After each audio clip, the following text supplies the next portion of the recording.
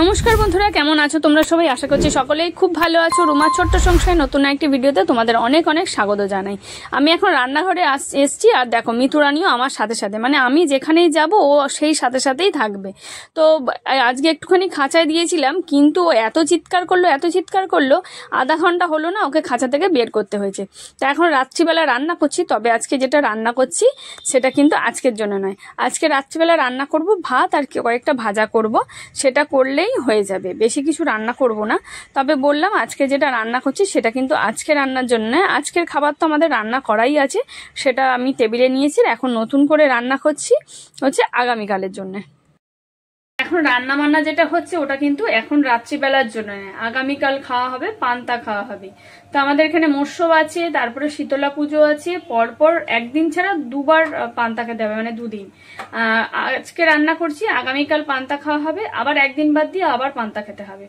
তো সেই রকমই নিয়ম অনেক জায়গায় আছে। মায়ের শীতলা মায়ের পুজো হলে অনেকে পান্তা খায়, তো সেটাই হবে। তাই জন্য এখন রাত্রিবেলায় ভাত বসিয়েছি, তার সাথে হবে ভাজা। অনেকে আলু সেদ্ধ দেয়, তারপরে ডাল করে, তো আমাদের আলু সেদ্ধ দিয়ে ভালো লাগে না, তাই আমি করবো সে রান্না পুজোর মতোই ভাজা করবো, বা 3-4 রকমের ভাজা করে রেখে দিই, আর সেটা দিয়েই আগামীকাল আমরা পান্তা খাবো।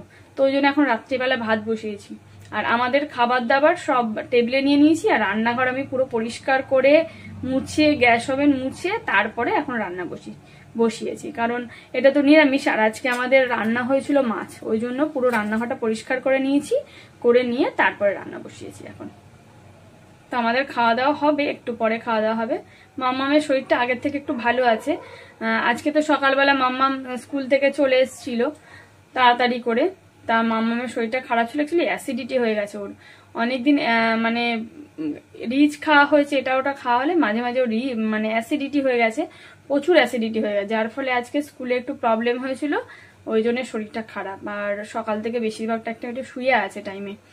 ওকে ওআরএস দিচ্ছি মাঝে মাঝে। আজকে সারাদিনটা অ্যাকচুয়ালি ওআরএস এর জলই খেয়েছি, যতবার জল খাচ্ছে ওআরএস এর জল খাচ্ছে, ওই জন্য এখন শরীরটা একটু সুস্থ হয়েছে। তো একটু পরে ভাত দেবো, দুপুরে খুব একটা ভাত খাইনি, একদম অল্প কটা ভাত খেয়েছে, বললো খেতে ইচ্ছে করছে না। আর আমি কথা বলছি এদিকে, আর মিতু পুরো আমার হাতের ওপর বসে আছে, চুপ করে আমার কথা শুনছে। কি হয়েছে মা? তোমারও ঘুমো পাচ্ছে, আর মায়ের হাতের মধ্যে ঘুমাতে হবে? দেখাই তোমাদের, দাঁড়া ওর অবস্থা। আবার হাত দিতে দিচ্ছি না আমাকে, আমি ফোনেও হাত দেবো না, ফোনে হাত দেবো না আমি। তো রাত্রিবেলা আজকে তো দোকানে যাইনি মামামের শরীর খারাপের জন্য, তো ভাবলাম যে কিছু সেলাই করি। মেশিনটা অনেক দিন বের করা হয়নি, আর সেলাইও করা হয়নি। তো সেলাই করতে এসেছিলাম অনেকগুলো চুড়িদার, যেগুলো একটু সেলাই করতে হবে সাইড দিয়ে, তারপরে একটু ডবল সেলাই করে নেবো নতুন যেগুলো।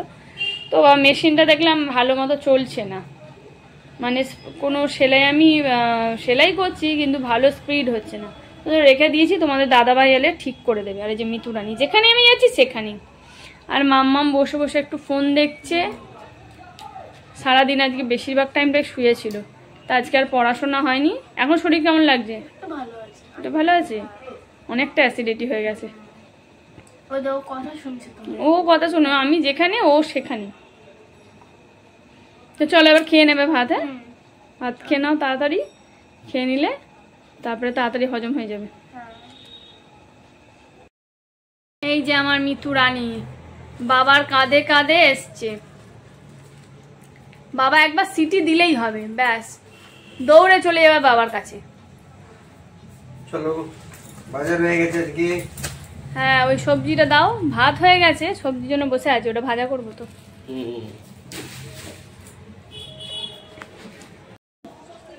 তোমার একটা কাজ আছে। ঠিক আছে, এই যে মেশিনটা একটু ঠিক করে দিতে হবে। মেশিনটা বের করলাম সেলাই করবো বলে, কিছু সেলাই করতে পারে, সেই সেলাই হচ্ছে না, মানে লুজ হচ্ছে চাকাটা, এটা দড়িটা এখানটা, এই যে যেখানটা দড়িতে বেঁধে দিয়েছিলে না, দুটো জয়েন্ট, আমার মনে হয় এই জায়গাটা প্রবলেম হয়ে গেছে। এই যে একটা আওয়াজ হচ্ছে ফটফট করে, আর ইয়ে হচ্ছে না, সেলাই হচ্ছে না ঠিক করে। আর আপনি কি বাবার কাঁধে কাঁধেই থাকবেন? একটু এদিকে আসার ইচ্ছে করে না?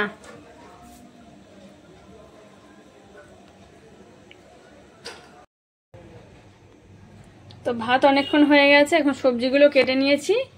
এখানে আছে আলু, কুমড়ো, ঢেঁড়স আর বেগুন, এইগুলো ভাজা করলেই ব্যাস হয়ে যাবে। আলু সেদ্ধ দিইনি, কারণ আমাদের আলু সেদ্ধ দিয়ে পান্তা কেউ খায় না। তো ভাজা হলেই ব্যাস পান্তা খাওয়া হয়ে যায়। তো এইগুলোই ভাজা করে নেবো, তাহলেই হয়ে যাবে। তো হলুদ দিয়ে দিই, তো হলুদ লবণ দিয়ে ভালো করে মেখে নিয়েছি। আমি মেখে নিয়ে এবারে এই যে ভাজা করতে বসে দিয়েছি। এখানে কুমড়ো ভাজা বেগুন ভাজা হয়ে গেছে, এখনও আছে হচ্ছে আলু আর হচ্ছে ঢ্যাঁড়স। এই দুটো ভাজা করলেই ভাজা হয়ে যাবে। এই যে আলু ঢ্যাঁড়স রয়েছে, এই দুটো ভাজা করলেই ভাজা। রান্না বান্না নেই, মাঝে মাঝে এরকম রান্না বান্না না থাকলে বেশ ভালো লাগে। তবে গরমকালে পান্তা খেতে ভালোই লাগে, কিন্তু কদিন তো গরম পড়ছে না, বেশ বৃষ্টি হচ্ছে বলে আবহাওয়াটা ঠান্ডা ঠান্ডা। গরম অবস্থায় মানে গরম আবহাওয়া থাকলে পান্তা খেতে ভালো লাগে। তো যাই হোক, আজকে রান্না বান্না হয়ে গেছে, এখন বিছানা করে নিয়েছি। এখন রাত্রিবেলা 1:15 বাজে, তখন আমরা এখন আর একটু দেরি করে ঘুমাবো। মিতু রানী এখনো খেলে বেড়াচ্ছে চারিদিকে। কই মিতু কোথায়? ওই যে বাবার কাঁধে, ওই যে আমার মাথায় চলে এসেছে বাবার কাঁধে থেকে, দেখেছো? দেখো দুষ্টু বাচ্চার কাণ্ড দেখো, এবার ফোনের ওপরে ওই রকমই করে।